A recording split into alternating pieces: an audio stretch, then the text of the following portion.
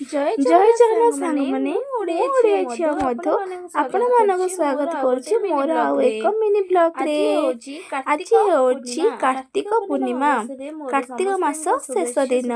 ଆଜି କାର୍ତ୍ତିକ ପୂର୍ଣ୍ଣିମା ଅବସରରେ ମୋର ସମସ୍ତଙ୍କୁ ହାର୍ଦ୍ଦିକ ଅଭିନନ୍ଦନ ଓ ଶୁଭେଚ୍ଛା। ମୁଁ ମୋ ଡଙ୍ଗା ଧରି ଆସିଗଲି ବସେଇବାକୁ। ମୁଁ ଡଙ୍ଗା ଭସେଇଲା ବେଳେ ମ ବୋଇ ପାନ ଗୁଆ ଥୋଇ ପାନ ଗୁଆ ତୋର ମାସକ ଧର୍ମ ମୋର, ଏହିପରି ଭାବେ ଗୀତ ଗାଇ ମୋ ଡଙ୍ଗାକୁ ମୁଁ ମେଲାଣି ଦେଇଦେଲି।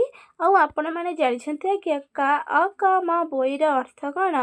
ଆର ହେଉଛି ଆଷାଢ଼, କରେ କାର୍ତ୍ତିକ, ମାରେ ମାର୍ଗଶିର, ବରେ ବୈଶାଖ। ଏହି ହେଉଛି ମ ବୋଇର ଅର୍ଥ। ଆହୁରି ମଧ୍ୟ ଯେତେବେଳେ ସାଧବ ପୁଅମାନେ ବାଣିଜ୍ୟ କରିବାକୁ ଦୂର ଦେଶକୁ ଯାଆନ୍ତି, ସେତେବେଳେ ସାଧବ ବୋହୂମାନେ ଆମର ଏଇ ମ ବୋଇ ଗୀତ ବୋଲି ସେମାନଙ୍କୁ ମେଲାଣି ଦିଅନ୍ତି। ଆଉ ମୁଁ ଏହିପରି ଭାବେ ମୋ ଡଙ୍ଗାକୁ ମେଲାଣି ଦେଇ ଏପଟେ ଆସିଗଲି ଠାକୁର ଦର୍ଶନ କରିବାରେ। ଆରେ ବାପରେ, କେତେ ବଡ଼ ଲାଇନ୍ ଲାଗିଛି। ଆଜି ବୋଧେ ଠାକୁର ଦର୍ଶନ କରିହେବନି। ଫାଇନାଲି ଲାଇନରେ ବହୁତ ସମୟ ଅପେକ୍ଷା କରିସାରିବା ପରେ ଠାକୁରଙ୍କୁ ଦର୍ଶନ କଲି। ଠାକୁରଙ୍କୁ ଦର୍ଶନ କରିସାରିବା ପରେ ଆସିଗଲି ଏଠି କାର୍ତ୍ତିକ, ଗଣେଶ, ମା ପାର୍ବତୀଙ୍କ ପାଖେ ଧୂପ ଦୀପ ଲଗେଇଦେଲି।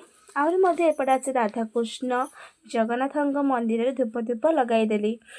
ଲଗାଇଦେଇ ଏବେ ଆମେ ଚାଲିଲୁ ଘରକୁ। ଆଜ୍ଞା ହଁ, ଘରକୁ ଯିବୁ କ'ଣ, ଯେହେତୁ ଆମେ ବଡ଼ ଭାଇକି ଦେଖା କରି ଆସିଥିଲୁ, ସାନ ଭାଇକି ତ ନିଶ୍ଚୟ ଦେଖା କରିବାକୁ ଯିବୁ। ଏବେ ଆମେ ଚାଲୁ ପଶ୍ଚିମ ଶିବଙ୍କ ପାଖକୁ।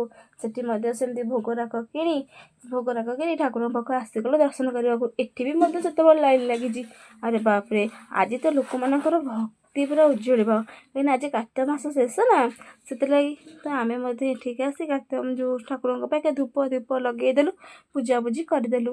ଆଉ ଦେଖନ୍ତୁ ଏଠି ମଧ୍ୟ କେତେ ସୁନ୍ଦର ଯେଉଁ ଅଙ୍କା ହୋଇଛି, ତାପରେ ତାକୁ ଦେଖିକି ମୋ ଆଖି ତ ପୁରା ପୂର୍ଣ୍ଣ ହେଇଗଲା। ଯାଉ ଆଉ ମୁଁ ଜାଣିଛନ୍ତି ଆଜ୍ଞା, ଏଇ ଯେଉଁ ଗଛଟା ଦେଖୁଛନ୍ତି, ଏଇ ଗଛ ଏଠି ମାନେ ପୂର୍ବ କାଳେ କୁହାଯାଇଛି ଏଠି ହେଉଛି ଠାକୁର ଆଗ ଥିଲେ, ତାପରେ ସେ ମନ୍ଦିର ତାଙ୍କର ହେଇଛି।